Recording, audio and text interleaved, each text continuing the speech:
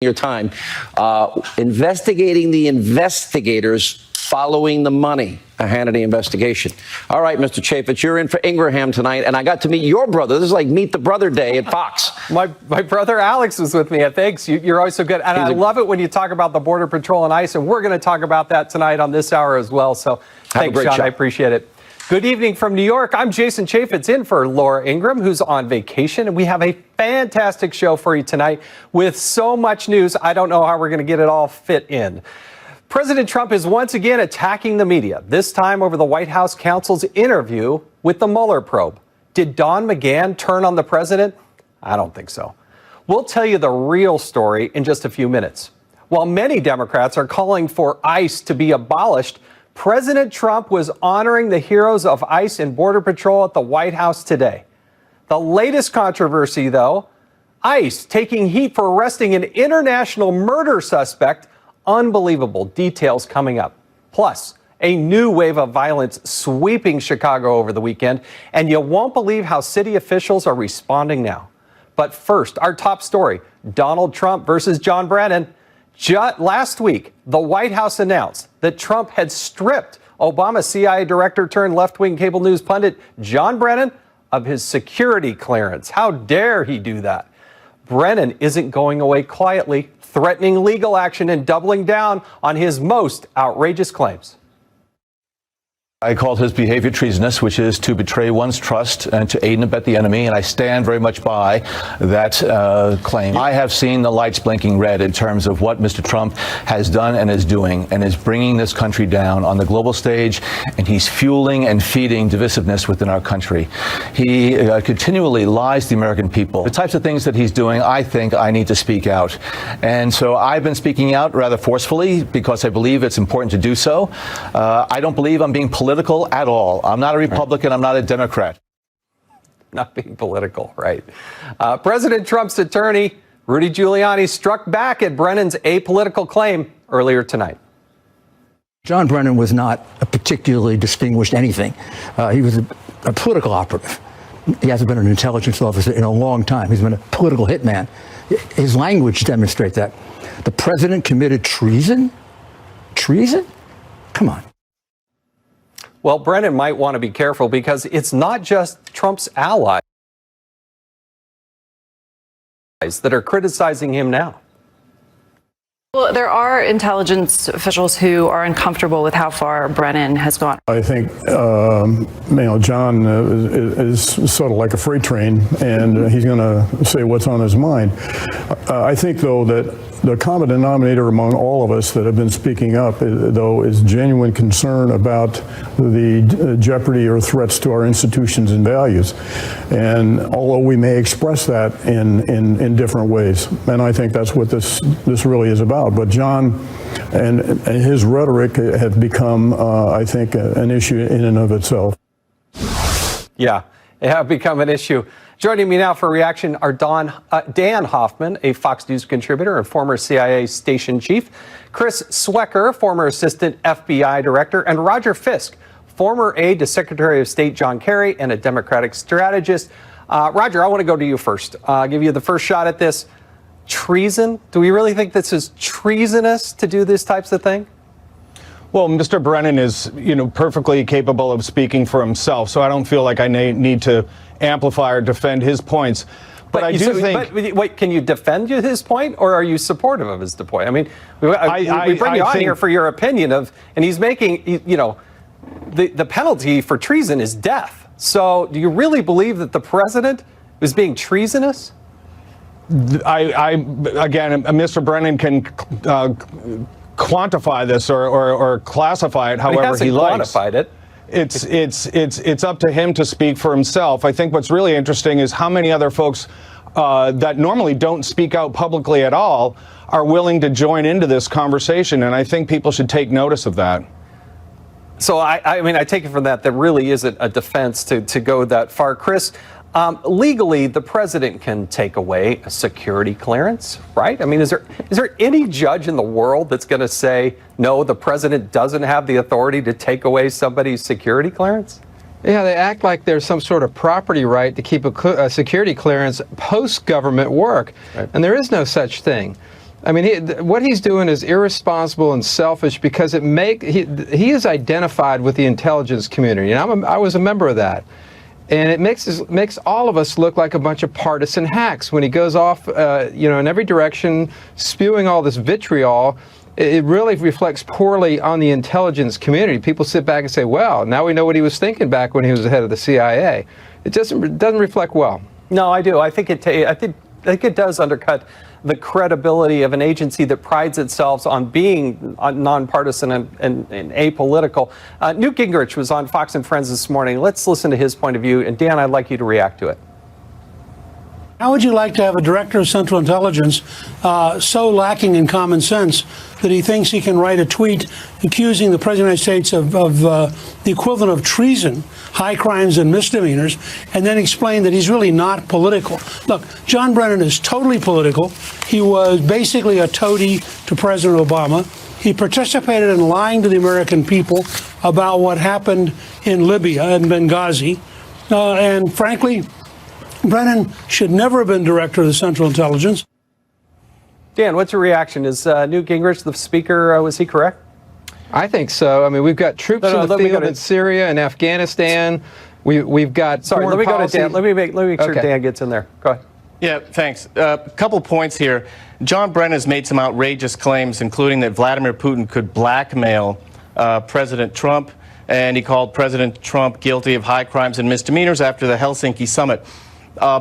If John Brennan really believes these things, I think he would have been better off as a professional intelligence officer rather than saying this on MSNBC or writing it in the press. He might have gone straight to the special counsel and explained what his concerns were. But the problem is that it's not just our own citizens who are listening to John Brennan. There are foreign governments and foreign spies stealing secrets on our behalf who are going to believe that John Brennan knows something that maybe we don't, and their trust in our government is going to be degraded. Our national security, as a result, will be impacted negatively. The second point I would make quickly is that those who signed this letter might question whether they want to be tethered to John Brennan, who's really kind of the weak link in this chain here. He's not a credible witness. And I think that those who are concerned about the security clearance issue and maybe feel like the CIA who held Brennan's clearance should have been responsible for either revoking it or not, I think their argument is really damaged because, again, Brennan is just not a credible witness at all. So, Roger, does Dan make a point here? That is, we undercut the credibility with our foreign adversaries of a sitting president. Doesn't that concern you at all? I think it does, but there's plenty of things to concern me in that same realm. The president leaking intelligence that we got from Israeli sources to the Russian ambassador in the Oval Office. Whatever happened in the 2 hours in Helsinki. This, I think, Wait, why does that concern you? Why do suddenly Democrats get concerned with that? The idea that the president is engaging in diplomacy is something that I've always thought that Democrats engaged in and supported, and then Donald Trump does it, and suddenly he's criticized for it. Well, I've actually been in those rooms. I'm assuming some of the rest of the panel have as well, and probably you as well, Congressman. But there's always note takers, there's always interpreters, there's always some kind of official record, and it's no accident that as soon as Helsinki was over, we come home from that, and then there's the announcement that there's not going to be readouts from phone calls with foreign leaders. So I think I agree with the instincts about being concerned about what's going on. I think the Brennan-Trump thing has kind of taken on its own life in the last 48 hours that I don't think anyone is necessarily proud of or happy with. But if one has the instincts and the antenna for being concerned about national security, I wouldn't put Mr. Brennan and his actions in the last 4 or 5 days at the top of that list. Yeah, I would, because I think he uses it as a tool for his own personal political gain and financial gain. That's my own personal opinion. But Chris, it begs the question, why do people in perpetuity continue to get security clearances after they leave office? I mean, it's expensive to do, right? But what is this really justified in this day and age? I don't think so. I think there are far too many people post-government service who retain their clearances. They're expensive. They got to do reinvestigations periodically. And it really, the test is, or the criteria is it in the best interest of the government for them to keep their clearances? And I would say the number of people that can retain those clearances, the answer is no. It's a commercial gain for them, not so much benefit to the government. And the cost is exorbitant. My understanding is that I think it was some $15,000 to re-up and do this. And we really ought to go back to what Senator Patrick Moynihan from New York did some 27 years ago. He spearheaded a commission that said when everybody has a security clearance, nobody has a security clearance. When everything's classified, nothing is classified. And what I would really like to see actually is the government in a bipartisan way have Trump and the Speaker and the Majority Leader appoint a bipartisan panel to review this whole thing, soup to nuts, top to bottom, and come up with a real solution, because we got to get on both sides of the aisle, take the politics out of it, and figure this out. Now, Dan, I got to ask you, we've had some terrific things that Brennan has done in taking away security clearances. What do you say to those men and women who were, say, in Benghazi or other places, and they see this Brennan out there spewing what he's spewing today? I'll be honest, I don't think it impacts our intelligence community at all. We've historically, and I think it carries on today, we just don't pay attention to those things. John Brennan can say what he wishes, but there's no impact on the men and women of the CIA who are just going about their jobs, focused on the mission, focused on recruiting spies and stealing secrets. Even though John Brennan didn't like to say that we steal secrets, that's what we do, and write all source analysis so the president can make educated foreign policy decisions. And I think John Brennan is bringing dishonor on himself, but I really don't think he's impacting the intelligence community in the least. Well, good. I hope he's 100% right, and the men and women who are serving in our intelligence services can't thank them enough for the great work. And I hope these little sideshows that this former director had put in place are dismissed for the shenanigans that they are. Gentlemen, I thank you for joining us tonight. The media overhypes yet another leak in the Mueller probe. We'll have the real story up next.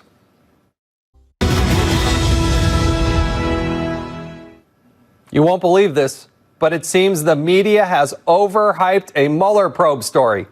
The New York Times put out a piece over the weekend that said White House counsel Don McGahn spoke to special counsel Robert Mueller's team for about 30 hours, revealing new details about the president's attitude towards the Russia probe. That prompted some to speculate that McGahn had, quote, turned on Donald Trump. But the Washington Post is out with a new report stating that McGahn does not think he put Trump in any legal jeopardy, citing what McGahn's attorney has revealed to President Trump's lawyers. And earlier tonight, Trump lawyer Rudy Giuliani made this key point. Here's the most important thing. I knew not to worry about it because if the president had said anything criminal to the counsel of the White House, McGahn wouldn't be there now.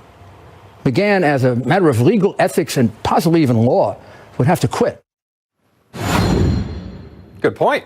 Joining me now with reaction from Washington, D.C. are James Trusty, a white-collar litigation attorney, and Democrat attorney Scott Bolden. Gentlemen, thank you so much for being here tonight. Good evening. So the internal debate, the discussion is, do they do the right thing? Do they cooperate? Do they not cooperate? Do they open it up? Do they fight back? Now, presidents in recent history have fought. They've kept executive privilege. They have fought for that.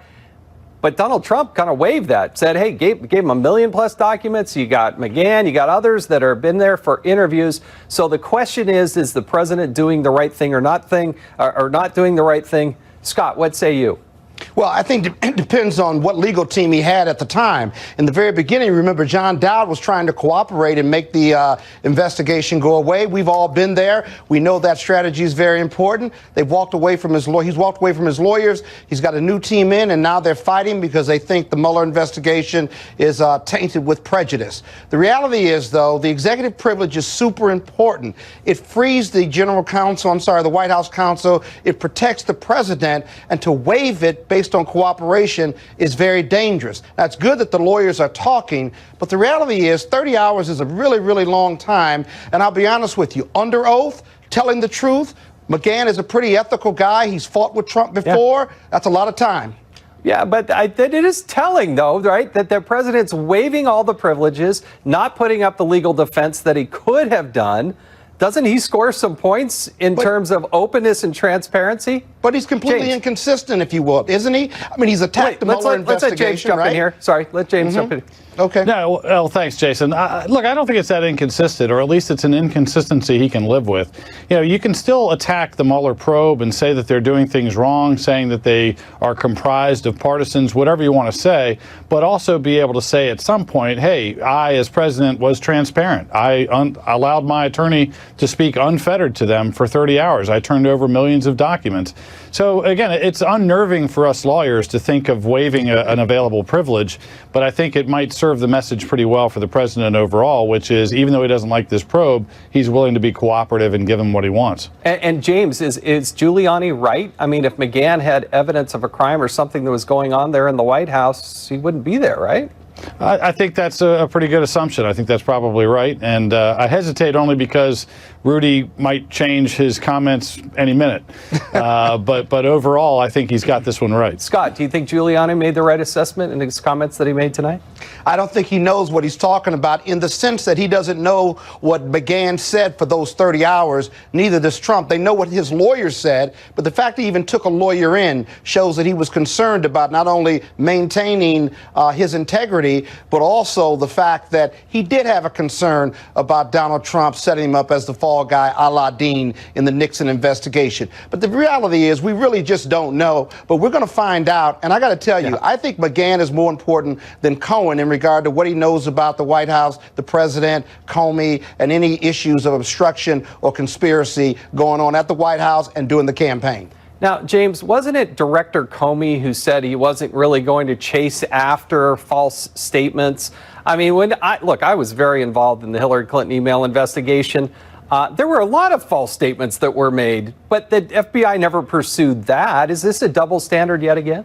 Well, it certainly is unsettling, a little weird to see this. I mean, the Inspector General report specifically talked about a witness on the Hillary Clinton probe lying repeatedly, lying to the point where the agents were kind of commenting to themselves, wow, we could do a 1001 false statement prosecution against this guy. But meanwhile, Comey swore it off, said we're not going to trouble ourselves with these little false statement cases in the Hillary email probe. But in Trump, they've been handing them out like candy. I mean, obviously Michael Flynn, but the notion of a perjury trap, the notion of a false statement prosecution is alive and well in this case, although it didn't seem to be in the other one. And Scott, that's the problem. I mean, Hillary Clinton was under oath when she testified before the Benghazi committee.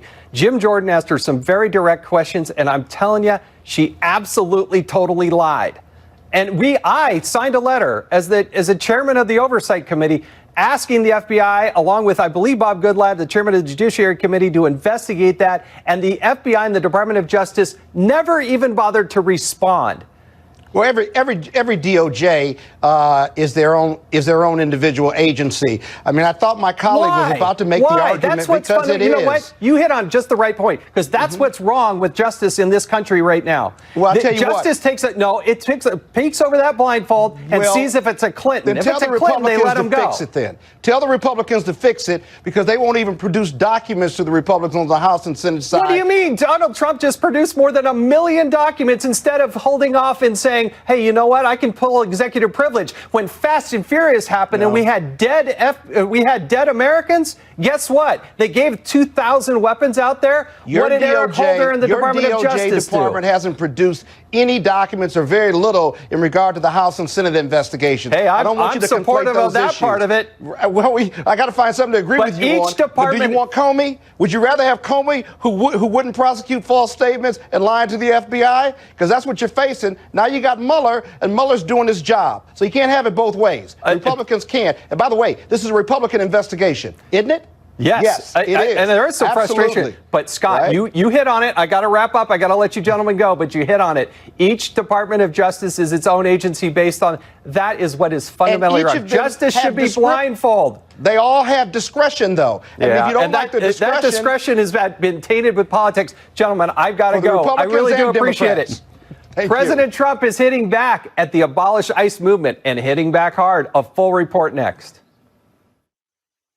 Our greatest people, threatening ICE and Border Patrol for performing their duties admirably and for defending our country from horrible people and horrible, horrible events and crimes. Joining me now for debate is National Border Patrol Council President Brandon Judd and Democratic strategist Jose Aristimuño. Jose, I appreciate you and Brandon being with us, but Jose, I got to ask you, did the president do the right thing today, honoring those federal employees, the ICE and Border Patrol agents? Jason, there are currently over 500 children who are separated from their parents because of the policies of this administration. So wait. Policies, let me finish. No, Jose, no. I want you to answer the question that I asked you, not the question that you want to go off and talk about. The question is, it's a simple one. Did the president? I got a simple answer, but you got to let me answer the question. I can't. If you interrupt me, I can't speak. So let me finish really quick. When you're not answering the question I asked you, I'm going to interrupt you. Did the president do the right thing? He did not do the right thing, Jason, because by honoring we should be ICE and Border Patrol agents. Absolutely, he did not do the right thing. We should be looking for ways to reunite these children. We know that the ICE agency right now is not using its resources the way that it's supposed to by enacting this senseless and this anti-immigrant zero tolerance policy. This is no time for celebration. Time out. Jose, this is an important point. Don't say that we're anti-immigrant. We're anti-illegal immigrant. So don't leave that word illegal out of the statement. Undocumented. It's undocumented. But it's against the law. Okay. Is it legal or illegal to be here undocumented? They're undocumented. Look, I'm going to make it real simple. Jose, simple question. Is it legal or illegal? Let me say it again. They're undocumented. Is that legal or not? Not legal. It's not a serious crime. It's not a serious crime, Jason. It's not a serious crime? We got to make a choice. Let me flip the question and maybe your guest can answer the question. No. Jose, you're not here to flip my questions. I'm here to ask you questions. They were simple questions. But now I'm going to let Brandon give his perspective because there's another side to this story. Sure. And I want to get the Border Patrol's perspective on this. Brandon, I'm listening. Did the president do the right thing by honoring ICE and Border Patrol agents? He absolutely did. I knew Brian Terry personally. It hit me when he died. I knew Nick Ivy's brother. I worked side by side with Nick Ivy's brother, and when he died. So, when the president is honoring those heroes that put their lives on the line to protect our citizens, of course that's the right thing to do. Jason, you are the only sitting congressman that I know of that actually patrolled the border. You seized dope. You know personally how difficult that job is. How difficult is it? Yeah. No, I've done multiple times at the border, and I went out, we chased, we caught this dope, and it was bad. It was really bad. That would have ended up on the street and hurt our kids. But I want to get your take on another story that certainly appears to make ICE out as real villains. Here's the New York Times headline. ICE detained man who was driving his pregnant wife to a hospital. And the Sacramento Bee. They were on their way to a hospital to have a baby when ICE took dad away. Sounds pretty disturbing until we heard from ICE, who revealed this about the suspect. This is far from an innocent victim. This person was wanted by foreign authorities for murder. This was a referral that we got from Interpol for a wanted person. We did surveillance to find out where they lived, and when that individual left their home, we made a vehicle stop. None of the ICE officers that made that arrest did anything wrong. It just so happened that they were on their way to the hospital from that location. We're also hearing from a source that the request from the Mexican government for ICE's help first came nearly a month ago. Jose, I'll let you take the first shot at this. Did ICE do the right thing in that case? Well, look, if you're an undocumented person and you've committed some serious crimes, you should be deported. And Democrats have said that from the very beginning. It's a little strange to me, Jason, that there was a press release that came out by ICE saying that they will deport anybody no matter what. And then the next day, all of a sudden, they say that, oh, no, wait, we just found out, that the guy that we arrested has a warrant out to get him out in Mexico. So do I believe the whole story coming out by the agency? Not totally. But I'm going to say it again. If you're an undocumented person who have committed a serious crimes, rapes, murders, what have you, you should be deported out of this country. We have been very clear from the very beginning on this. So do you believe that ICE should be abolished? I mean, you have Christian Gillibrand, you have Senator Warren that are supportive. I mean, some real stalwarts in the Democratic Party who are asserting that this is probably the proper thing to do. Do you advocate getting rid of ICE? Look, whether you call it abolishment, whether you call it rebranding, I don't really care. I think ICE... I think ICE should be doing better things with their time. They should be going out after transnational crime organizations. They should be going up against money laundering cases. They should not be going after little kids and trying to separate them from their parents. That should not be the priority for the agency. Jose, thanks. That's why we need a wall, Brandon, to make sure they don't get here in the first place. Because we can't figure out who the bad guys are and the good guys are, and there are a lot of bad guys coming in. Brandon, your quick perspective, and I got to wrap it up. Well, first off, when people cross the border illegally, I don't know what crimes they have committed in their country. I can only find out the crimes that they've committed in the United States, and that should scare anybody because we don't know who's coming over. If they're doing it legally, we're going to know who they are, and we have the right to know who they are. This country legally and lawfully brings in more than 1 million people, and there are people that are willing. That's who I think we have a higher and the majority of those people are good people. But we do it legally and lawfully, and I have a higher moral obligation, I think, to the people who aren't willing to break the law, who are getting in the line. That's who we should be prioritizing. Jose, I appreciate you coming on because I know you believe wholeheartedly in your position. I appreciate you sharing with us today. And Brandon, cannot thank the good men and women of the Border Patrol and all that they do, and ICE agents as well. Thank you, gentlemen, for being here. Chicago appears to be at a breaking point with a new wave of violence again rocking the Windy City over the weekend. Wait till you hear how city officials are responding. Stay tuned.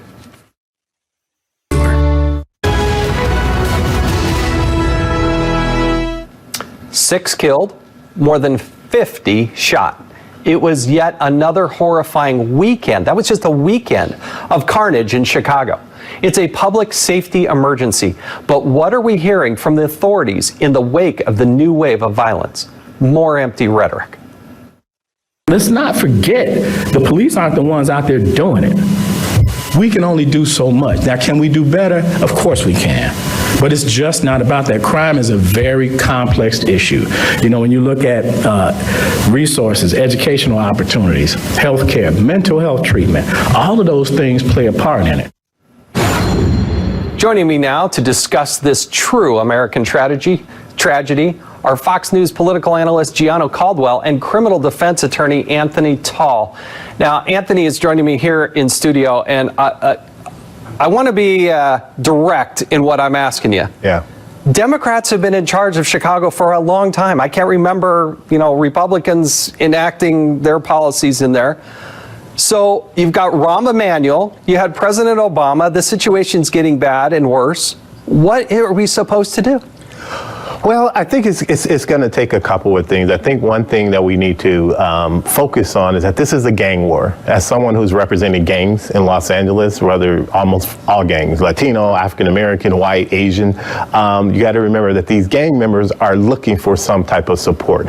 And financially, Democrats, you're correct. Democrats have generally been getting a lot of money poured into cities for problems, so obviously it hasn't been invested well. But there are some things that can be done if they're invested into the right areas. So you're not saying or suggesting that you need more money? Because that's usually what the Democrats say. We need more money. Well, I think you need role models, and I think you need role models. I think you need education, and I think you need jobs. I mean, as simple as that may sound, I think that'll solve the problem. We have one of the lowest unemployment rates in the history of our nation. Got to give those guys some hope. The black unemployment rate is at its all-time record low. Well, let's look at the black unemployment rate for those gang members, those teens inside their inner city. I'm pretty sure they're not as low. I can respect and understand the fact that the unemployment rate for African Americans is lower, but not for these guys. These guys need something. I can tell you from my experience personally, these guys are still looking for that opportunity for a role model and someone to kind of lift them up. No, hey, I believe in mentors and getting them a good job. Gianno, you've got, both of you gentlemen have ties to Chicago. What do you think we need to do in Chicago? Well, I was born and raised in Chicago, specifically on the South Side, and for me, this isn't just a matter of a discussion as we're doing now. We're in a literal state of emergency nationally. The city of Chicago is under siege, and at this particular point, and I've been shouting it from the rooftops, thankfully on this platform, Fox News Channel, been blessed to have the opportunity to not just invite President Trump to Chicago, but we have to work on solutions, and those solutions come with a number of things. I can agree with Mr. Tall in terms of jobs. That's absolutely necessary. pastor. There's a great pastor who's a spiritual father to me, Dr. Bill Winston in Chicago. He has a great program where he's gotten folks, I think about 360 jobs with connecting them to manufacturers. These are people with backgrounds and records. So I can understand that. That's one element of it. Mental health is another element of it. But this law enforcement issue is very big. Let's think about the numbers here. We saw that about 7 people were killed. So the new updated number is 7 people killed from this past Friday to today. We have over 600 new police officers that hit the streets of Chicago, and the numbers are still as chaotic as they were in the beginning of the month. Just imagine if we invited the National Guard into Chicago. It wouldn't be 600 people there from the National Guard there. So that tells me that we have absolutely no choice. We have to put politics aside, and President Trump must come in. Laura Ingraham has been talking about this for a long time. We have to do a lot more for Chicago. This isn't a casual discussion for anyone.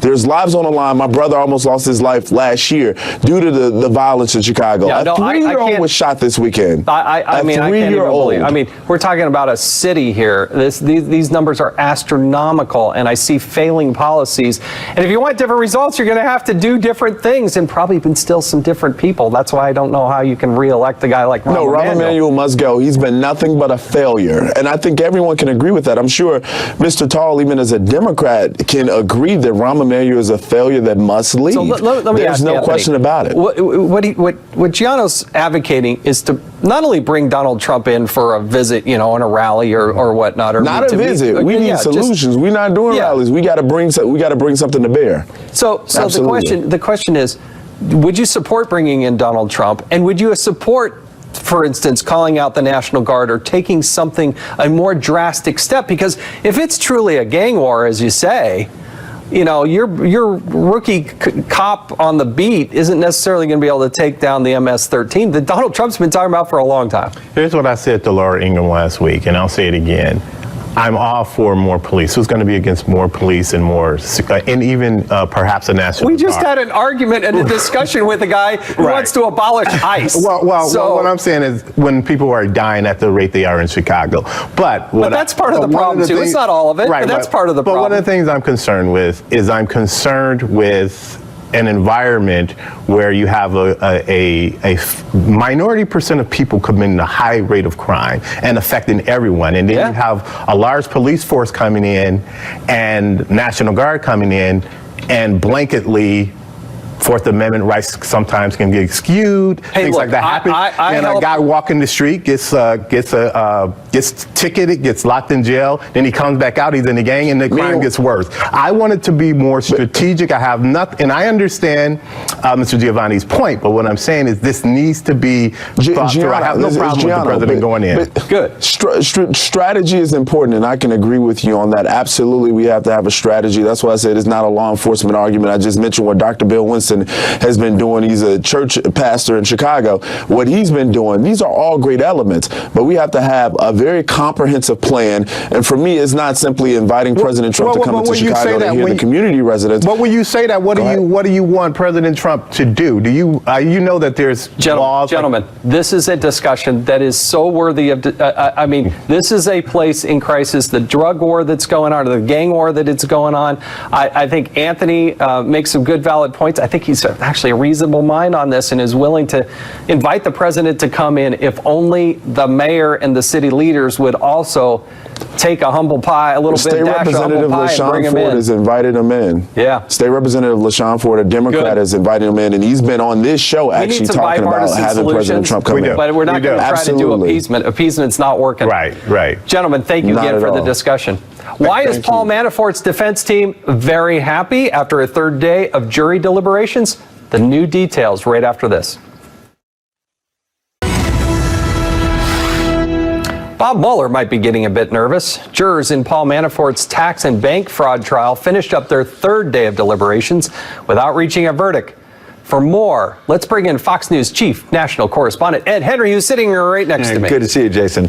You know, when Paul Manafort entered the courtroom late today, he shook his lawyer's hand with a smile. Perhaps a little sign that the former Trump campaign chair, as you suggest, believes the longer this goes, the more likely there's an acquittal, which would be a major blow for Special Counsel Mueller, since this is really his first test in court, and these charges already have nothing to do with Russia collusion. Despite the optimism of the Manafort camp, though, there are no guarantees for him tonight as he awaits his fate on these charges that could bring up to 305 years in federal prison. There are some legal analysts who are noting that Manafort should not get carried away because in a case with 18 counts of tax and bank fraud, it may be perfectly normal for the jury to carefully weigh all of these complex exhibits and pieces of evidence. Reporters staked out trying to read tea leaves on everything. Today was the fact that sandwiches were brought in for the jury, showing they were digging in for that third full day of deliberations without a verdict. Manafort's legal team is, of course, watching all this very closely. Jury of 6 men, 6 women. Any sign at all? What might they do? Today, they felt good, though, in the Manafort camp about deliberations going into a 4th day tomorrow. The jury announced that they're going to continue to deliberate starting tomorrow morning at 9:30. Mr. Manafort's very happy to hear that, and he thinks it was a very good day. And a source close to that Manafort legal team noted that the nearly 400 exhibits in this case were not sequentially numbered by Special Counsel Mueller's team. That could slow down the jurors' work more. And I can tell you, our team inside the courthouse says that most of the jurors today seem flat and drained. This has been a grueling trial for them, Jason. It's a grueling trial, and then they have the threats that are coming after them that they have to have extra security and precautions. The judge has dealt with that. Yeah. There were some news organizations that wanted to get the names of the jurors. That could lead to them being hounded, and that's why the judge has said no way. Oh, thanks, Ed. I appreciate it. Let's bring in 2 legal eagles to discuss the Manafort trial. Former DOJ official Robert Driscoll and former prosecutor John Malcolm. John, I want to start with you. This has been going on. What are we to make based on the fact that it's going into yet another day of jury deliberation? Well, I wouldn't be turning cartwheels quite yet if I were the Manafort's team. However, it's certainly true the fact that the jury asked for a redefinition of what it means to convict someone beyond a reasonable doubt. And the longer things go on, the more likely it is that somebody is holding up the jury. And I don't know if you would get an acquittal, but you might get a mistrial. I wouldn't quite get there yet. They haven't indicated yet that they're having trouble reaching a verdict. Maybe after tomorrow, it might be a little bit more likely that we're headed towards a mistrial. But look, this was a long trial with a lot of documents and 27 witnesses. So the fact that they're deliberating for a 3rd day doesn't totally shock me, but it's certainly true that the longer it goes on, the more likely it seems like they may mistry the case. Robert, what's your read on this? And is it common to not number sequentially all the documents and evidence that the jury has to go through? Is that abnormal? No, that's not abnormal because you number a lot of those things pre-trial and you end up not using exhibits, or you end up putting them in a different order depending on when the witnesses go. I think that this is, again, I'd be happy if I were the defense only for the following reason. The jury has clearly gotten past the fact that the defense did not have the defendant testify and did not put on a defense case at all. And I think your fear is always, as a defense counsel, that they're going to read into, oh, my guy didn't testify, we think he's guilty. And they at least didn't reach a conclusion out of the box that that was the case. And so they're taking time, and that's good. The risk is, of course, that if you're the defense team, you pretty much have to run the table on all 18 of these counts, or else Mr. Manafort's looking at some decent jail time.